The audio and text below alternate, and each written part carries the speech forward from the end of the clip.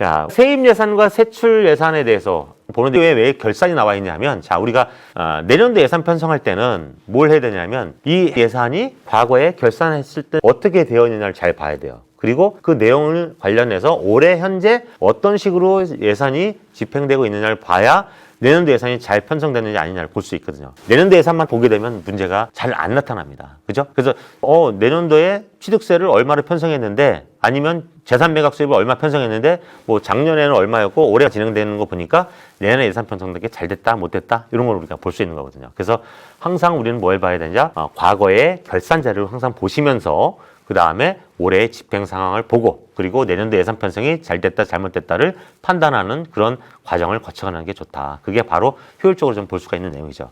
자, 세입 결산은 우리가 보통 보면 목 구조로 되어 있습니다. 장관항, 세항목 되어 있는데, 장관항은 대분류, 중분류, 소분류 이렇게 되어 있다고 보시면 돼요. 세항도 마찬가지고, 목이 이제 지금 우리 실질적으로 보는 예산 과목입니다. 그래서 우리 세입은 목을 구조로 보는데, 세출 예산은 어떻게 되냐면 정책사업, 단위사업, 세부사업, 사업 예산제로 구조가 바뀌었습니다.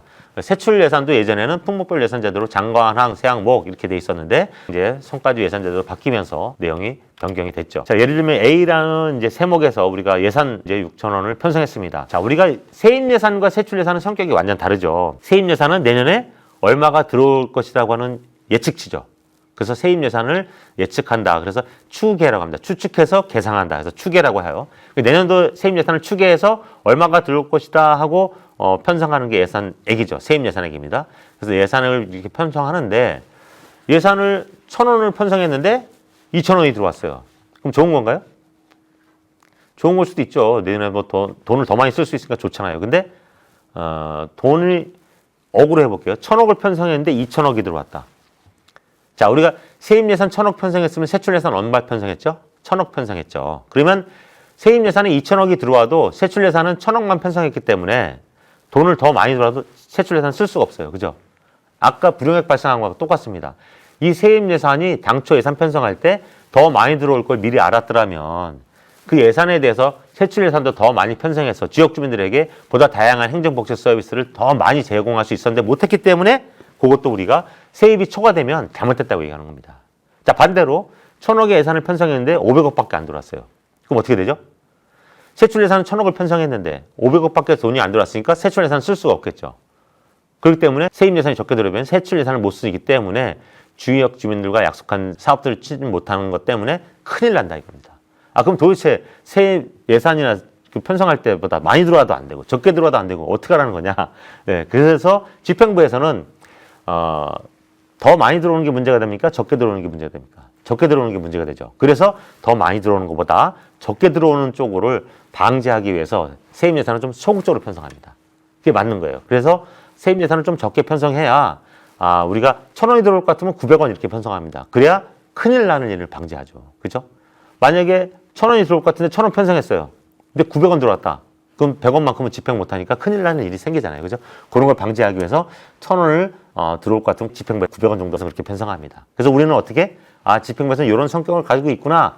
덜 편성하는 성격을 가지고 있구나. 가지면서 우리가 어떻게 하면 세입 중에서 굳이 편성 안 돼 있는 예산이 있는가 우리가 파악을 해서 그 부분을 더 증액할 수 있게끔 해주는 그런 좀 필요하겠다. 세입은. 자, 반대로 세출 예산은 어떻게 되죠? 내년도에 사용할, 집행할 예산을 지금 편성하죠. 그죠? 그러다 보니까 짧게는 1개월, 2개월, 길게는 1년 후에 집행할 수도 있어요. 그러다 보니까 내년에 집행할 걸 지금 편성하다 보니까 내년에 집행할 때 1,000원이 필요하다 그러면 1,100원 정도 편성합니다. 왜? 인건비도 올라갈 수 있고 기름값도 올라갈 수 있고 환율도 올라갈 수 있어요. 그죠? 그러다 보니까 물론 떨어질 수도 있지만 그런 부분을 반영해서 내년에 1,000원이 필요하면 1,100원 정도로 편성합니다.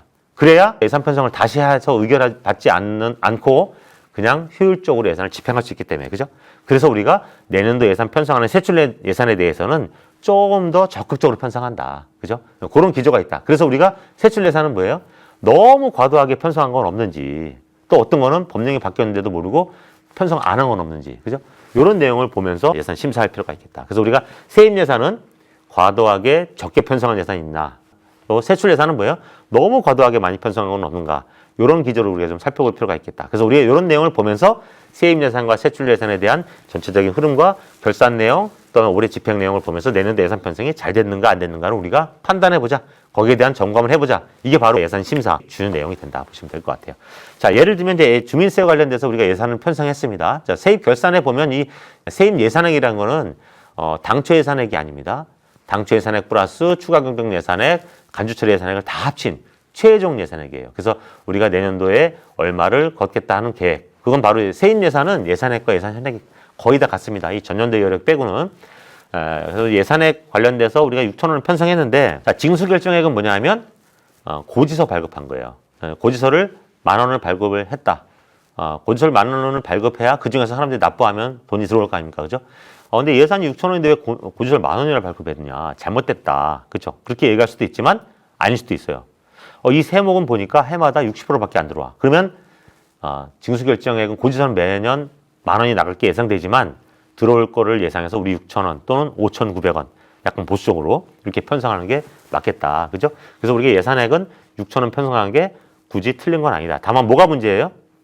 고지서를 발급해서 못 받고 있는 4,000원. 그죠? 4,000원을 못 받고 있는 게 이게 문제가 되는 거죠. 자, 세금을 못 받고 있는 게 점점점 많아지면 어떻게 되죠? 나도 세금 안 내지. 이렇게 되면 문제가 생길 수 있기 때문에 이 못 받고 있는 4,000원에 대해서 우리가 관리를 잘하고 있느냐? 또 줄여나갈 수 있는 방법은 무엇이냐? 이런 것들에 대해서 우리가 점검을 할 필요가 있겠다. 자, 예를 들면 고지서를 발급했는데 3,000원이면 어떻게 되죠? 고지서가? 문제가 심각해지죠. 왜냐하면 3,000원 고지서 발급한 거 이상으로 들어올 리는 없잖아요. 그죠? 그래서 3,000원 되면 큰일 난다. 10,000원이 들어오면 잘못된 걸 수도 있는데 괜찮을 수도 있다. 그죠? 자, 10,000원인데 우리가 이제 고지서에 의해서 납부를 하면 전부 다 납부할 수도 있죠. 10,000원. 또는 덜 납부해서 7,000원 납부할 수도 있고 3,000원 고지서 발급해서 3,000원 들어올 수도 있잖아요. 그죠? 이 경우에 우리가 보는 게 과연 세입 예산 편성을 들어온 것만큼 잘 편성했느냐 이 부분입니다. 그죠? 자, 근데 우리가 납세자가 10,000원을 수납을 했습니다. 근데 납세자가 잘못해서 고지서도 납부를 하고 전자고지도 납부했어요. 그러면 돌려줘야 되겠죠. 그렇죠? 이런 경우에 우리가 다시 돌려주는 것을 환급이라고 합니다. 예를 들면 납세자가 나는 너무 과세가 과하게 돼서 나는 소송을 제기했어요. 근데 납세자가 이겼어요. 그럼 어떻게 되죠? 돌려줘야 되겠죠. 돌려줘야 되는데 그런 것을 세출 예산을 편성 안 해주고 세입 예산으로 다시 이렇게 돌려주는 것을 환급액이라고 해서 세입 예산에서 해당 과목으로 돌려줄 수 있도록 되어 있습니다. 근데 예산총계지원 측에 의해서 세입 예산은 돈만 걷는 거고 돌려줄 건 세출 예산에 편성해야지 이게 뭐냐? 잘못된 거 아니냐? 요것도 예산총계지원 측에 예외적으로 법에서 인정해 주는 겁니다. 그래서 이제 환급액이 발생했다. 자, 뭔가 좀 잘못된 거죠.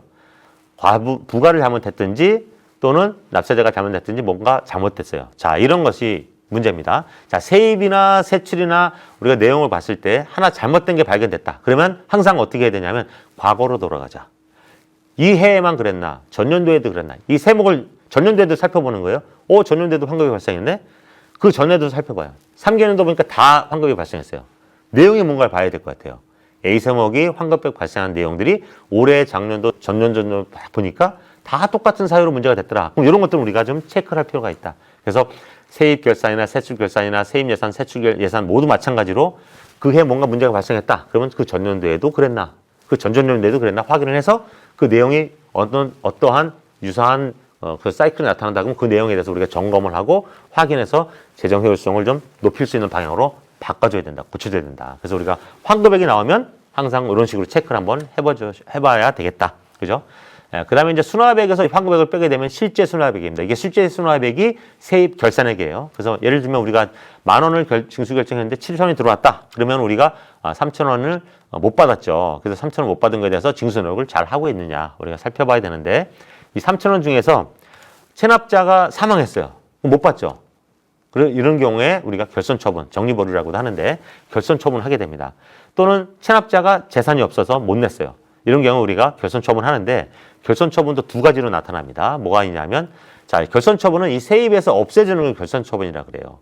근데 이 세입에서도 없애주고 체납자가 사망한 경우에는 우리 법적으로도 앞으로 계속 못 받잖아요. 그죠? 이런 경우에는 이 채권, 세입 채권으로 잡지 않고 아예 법적으로도 없어져 버립니다. 근데 체납자가 재산이 없어요. 이런 경우에는 이 세입에서도 결손처분하고 그 세입에서 결손처분한 걸 뭘로 관리하냐면 세입 채권 해가지고 우리 이제 서울시 보면 38기동대 이런 거 보셨죠? 38기동대 이런 요원들이 이 사람이 체납자가 재산이 중간에 생겼어요. 그러면 가압류를 합니다. 그때 가압류하게 되면 그때 다시 징수 결정부터 시작해서 세입을 다시 걷게 시작하는 거죠.